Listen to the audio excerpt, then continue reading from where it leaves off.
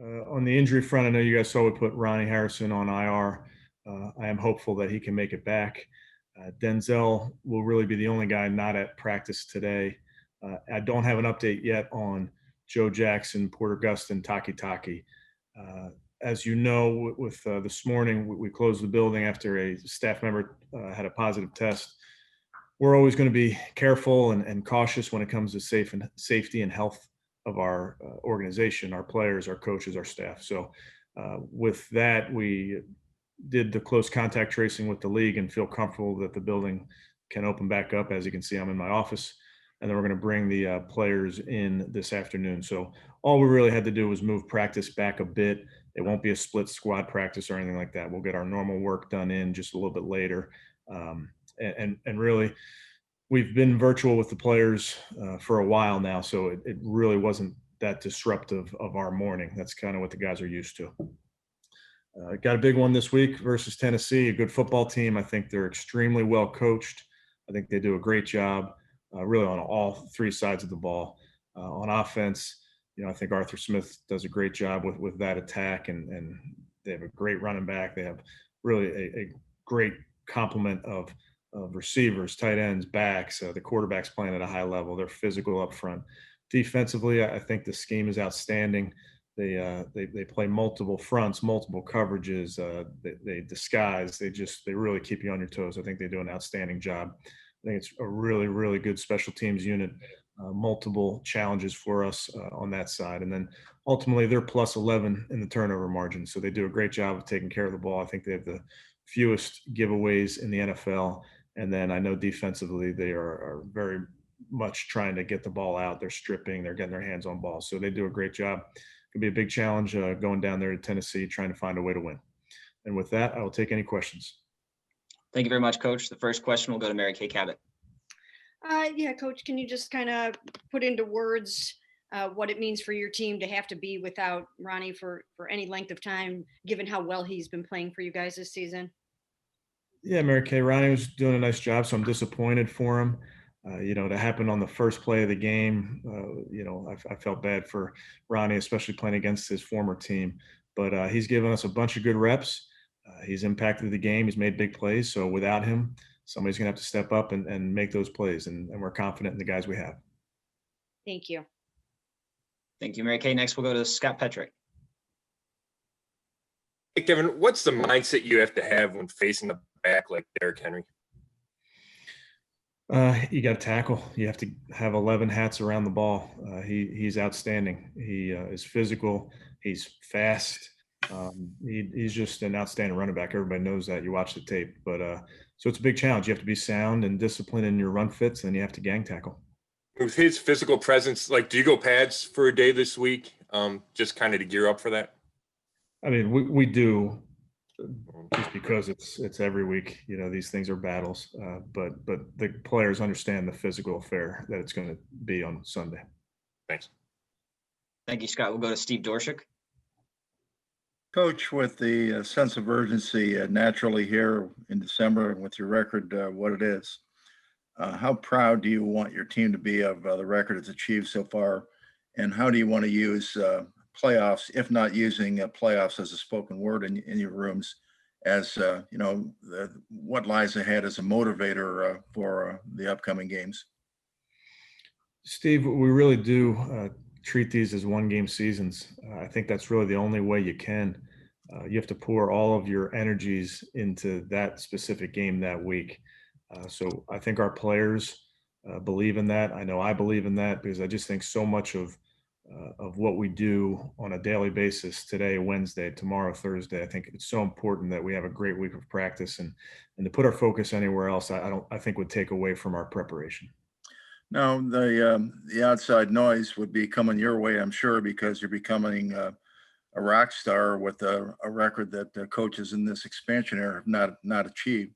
How much do you have to remind yourself to block out or avoid getting a big head, or is that just a natural thing for you? Not a problem. I got a big task at hand this week. A really good football team that we got to play and go to their place. So I got a lot on my plate, and I don't really concern myself with any outside noise. Thank you, Steve. Next is Daryl Ryder.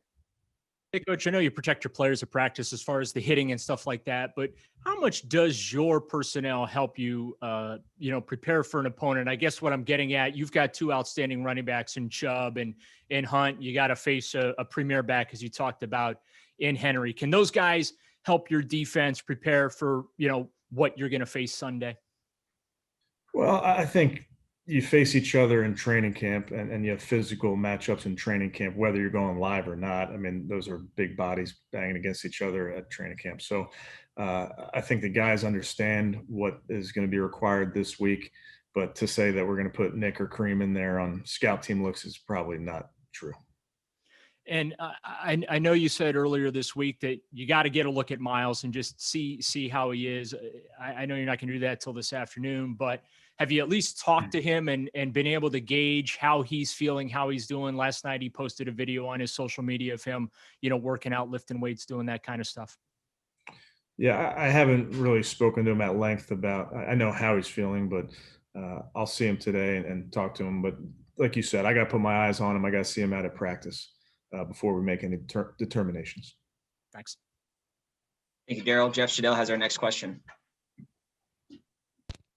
Hey, Kevin, when we've asked you about these short yardage situations, you've been critical of yourself that you should have maybe called better plays. So when you look back, what could have been, what could you have done differently? Yeah, Jeff, I think whenever you fall short in critical moments like that, you do want to pull it apart. So we spent some time I spent some time with the offensive staff the last couple of days talking through that and really pulling it apart. We're not far removed from our bye week self scout where we have already done that. So we kind of did it again based on the last few games we've played. And there's always, the answer is always complicated, Jeff, in that it's, some of it is scheme related. Some of it was, you got unlucky with a look you were hoping for. So we're just going to double down on making sure we put the guys in position to succeed. And that scheme may vary week to week. Thank you, Jeff. George Thomas, you're up. Hey, Coach. Going back to Derrick Henry for a minute, what is the one absolute key to slowing him down or stopping him?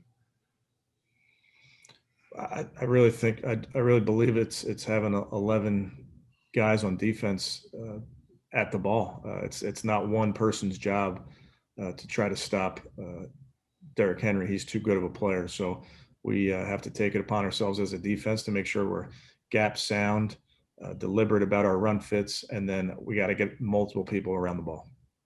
Thank you. Thank you, George. Zach Jackson, we'll go to you.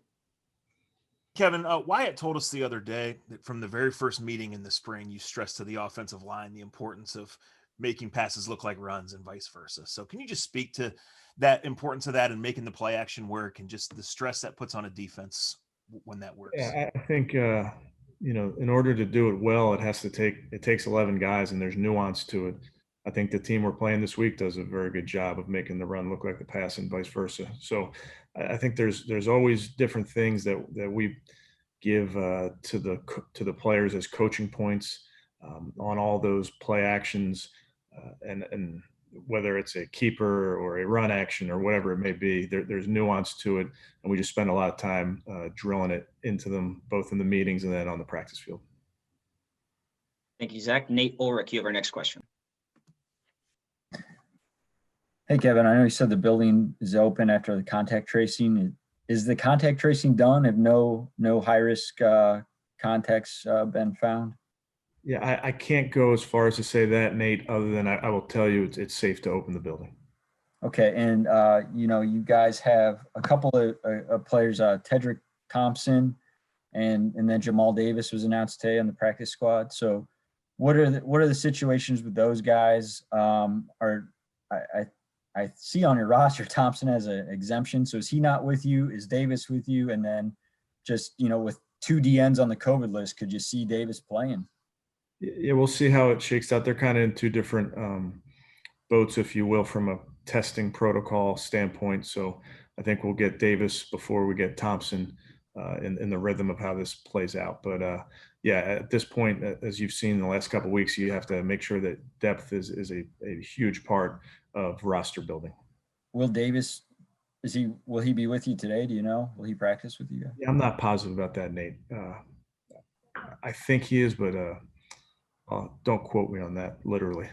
Okay, well, he's from here. So I'm hammering the questions on this guy because he's a guy from the backyard. What Right. are the things you liked about him? Yeah, he's a Canton kid, right? He is. By way of Akron. Yeah, I mean, our personnel department's always looking for guys that can help us. He fits the bill. All the personal stuff checks out. Being a local kid never hurts. Thank you. Thank you, Nate. Tom Withers, you have our next question. Thank you, Rob. Thank you, Coach. Baker's been doing a nice job of taking care of the ball for you, so you can go ahead and knock wood for that. What's been the key? What's been the key there, Kevin? Obviously he's throwing really well on the run, things like that. But what has been the key to his keeping the turnovers down? Yeah, it's a big deal. It's going to be a big deal this week again versus a team that's plus 11. I think, Tom, you got to always, as a quarterback, straddle that fine line of being aggressive and smart. And I think he's done a nice job the last few weeks. And even in that last game, he threw some tight window balls that had to be perfect, and they were. So I think he's doing a nice job in that regard. Just more of a maturity thing, just more of a better understanding of his capabilities. How would you quantify that or qualify that? Yeah, I think he's doing a nice job in the meeting room, on the practice field, and that carries over to the games. I think Alex Van Pelt does a great job with all the quarterbacks and stressing the importance of that rock. Thank you, Tom. Tony Grossi, you're next. All right, two quickies. Number one, this one's unavoidable. The differences in styles and skill sets between Derrick Henry and Nick Chubb. Two great players. I think Derrick Henry has a very unique size for a running back. I mean, he is just tall and obviously strong and has a breakaway speed, as you see. Nick comes in a different package, if you will, but is strong in his own right, also has that breakaway speed. So, I mean, I think they're two great players, two great players that the NFL highlights obviously is important, but we know it's not a matchup between those two guys. At the end of the day, it's a matchup between the Titans and the Browns. Kevin, Vrabel has had a couple examples of manipulating the rules to his team's advantages in games. This year, he purposely put the 12th man on field to stop the clock. What kind of element to your chess match does a coach like that bring? Yeah, I think he does an outstanding job. I know a few other coaches. I think they're really, really well coached. They do a great job. He coaches within the rules. We try to do the same. Thanks, Tony. Mary Kay Cabot, you're up next. Yeah, speaking of a quarterback trying not to throw interceptions, can you address Ryan Tannehill a little bit? I think he's only got 4 so far this season. His rating is good, lots of touchdowns. What are you seeing on film of Ryan? Yeah, you said it, Mary Kay, taking care of the ball. 4 interceptions at this point in the season is really something impressive by him. He does a great job in their scheme. He makes plays off of their run actions, their keepers. He's really efficient on third down and in the red zone. A very athletic player, can really make plays with his feet. So he does a great job. Thank you. Thanks, Mary Kay. Back to Scott Petrick. Hey, Kevin, I know you said no quarterback makes every throw, but I also think you want Baker to make those quote-unquote easy throws that he missed on Sunday. So I'm just curious, when you watch the film, did you see any kind of common denominator on why maybe some of those throws were off target? No, I didn't, Scott. I think what AVP does, what I'll do with the quarterback is what you don't do is you don't say, hey, make that throw. You try to give them something to sink their teeth into from a technique standpoint. So we'll work with him and mention some things that he could, do in those scenarios. But I've seen Baker make unbelievable throws at practice. I've seen him make the hard ones, make the easy ones. So we'll just continue to coach him like we do with all our guys. I mean, it's not a concern for you, just think it's one of those things where we miss some throws? Yeah, correct. Thanks. Thank you, Scott. Nate Ulrich, you're up. Hey, Kevin, I know you mentioned Ronnie Harrison earlier, and you said you're hopeful that you'll get back. So do you have a time frame that your medical staff's given you, and what exactly happened to his shoulder? Yeah, it is multiple weeks, but I don't have the time frame specific right in front of me. Uh, I don't know exactly the specifics of what happened to the shoulder, other than to tell you, I don't believe there was any fracture of any sort. So just something that'll heal on its own without any procedure. Yes. And when you talk about guys stepping up, is it Carl Joseph's turn to be the starting strong safety again? And what is your level of optimism, or that he can kind of get the job done for you guys? We'll work through that, Nate, in the next couple of days in terms of the rotation. But I have a ton of confidence really in all those guys. I really do.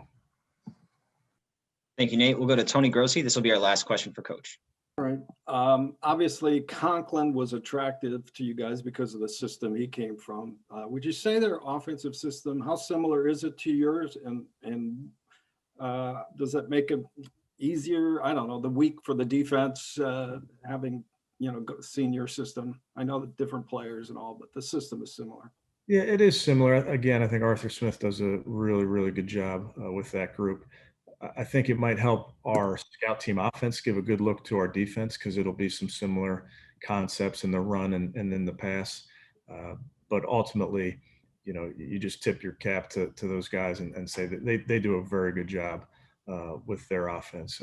I really do think in total, schematically, they do a nice job, really, offense, defense, and special teams. So we're going to have a great week of preparation. And part of that, Tony, like you're talking about, is giving a great look from our scout teams to the starters.